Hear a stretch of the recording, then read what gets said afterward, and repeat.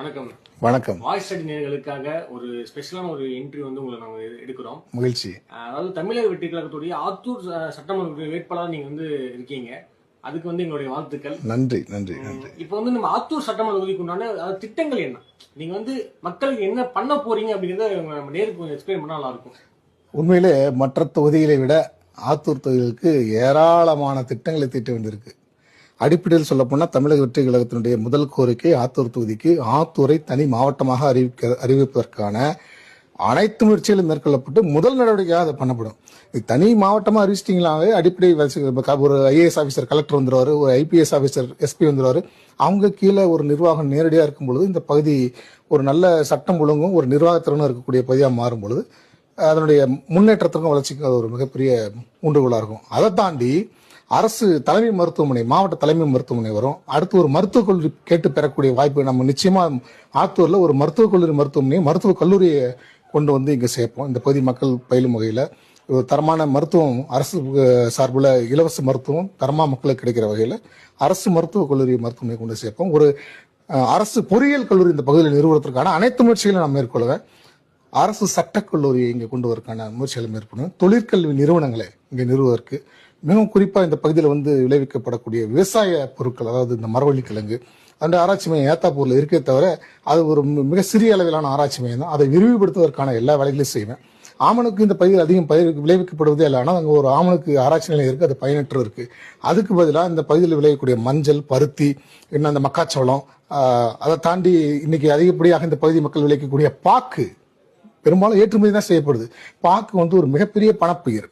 அந்த பயிரை வந்து இங்க இருந்து ஜஸ்ட் விளைவிச்சு அதை ஒரு மினிமம் ப்ராசஸ் பண்ணி இங்க இருந்து ஏற்றுமதி பண்ணிடுறாங்க.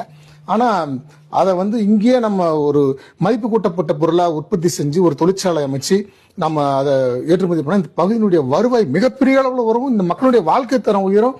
இதெல்லாம் எந்த ஆட்சியாளரும் கவலைப்பட்டுக்கிறதே இல்லை, இதை பத்தி மக்களை பத்தி யோசிக்கிறதே இல்லை. ஆக இந்த பிரச்சனைகள் எல்லாம் கணக்கில் கொண்டு ஒரு கால்குலேஷன் பண்ணி எல்லா விவசாயிகளும் பயன்பெற வகையில, இந்த விவசாயிகளுக்கு பெரிய அளவில் வருவாய் போய் சேர வகையில, இந்த பகுதி மக்களின் வாழ்க்கை தரம் உயரக்கூடிய வகையில, குறிப்பா இந்த ஆத்தூர் நகரம், நரசிங்கபுரம் நகராட்சிக்கெல்லாம் வந்து மிகவும் சுகாதார சீர்கேடு நிறைந்த ஒரு பகுதிகளாக இருக்கு. தமிழ்நாட்டின் பிற சின்ன சின்ன நகரங்களை பார்க்கும் பொழுது கூட இதை விட மிகப்பெரிய கட்டமைப்பு, சுகாதார கட்டமைப்பு, குடிநீர் வசதி செய்யப்பட்ட நகரங்களா இருக்கு. ஆத்தூர் நரசிங்கபுரம் ஒரு 20 ஆண்டு காலம் பின்தங்கி இருக்கு. தெருக்குள்ள போனா சாக்கடை ஓப்பனா ஓடிட்டு இருக்கு, நிறைய துர்நாற்றம் வீசுது, இங்க சுத்தம் செய்யறாங்களா செய்யலாங்கிறது தாண்டி எல்லாம் நிறைய பிரச்சனைகள் போயிட்டு இருக்கு. ஆத்தூரே ஒரு அசுத்தமான நகரமா பார்க்கக்கூடிய அளவுக்கு உள்ள நீங்க நுழைஞ்சு பாத்தீங்கன்னா உங்களுக்கே தெரியும். ஆக இங்க பாதாள சாக்கடை திட்டத்தை ஆத்தூருக்கு கொண்டு வரக்கான அனைத்து முயற்சிகளும் என்னோட தலைமையில் மேற்கொள்ளப்படும் என்பதையும் தெரிவிச்சுக்கிறேன். அடுத்து கல்வி நிறுவனங்கள், அரசு சார்பிலான கல்வி நிறுவனங்களை கொண்டு வரது மூலியமாக ஒரு அறிவார்ந்த சமூகத்தை உருவாக்க முடியும்.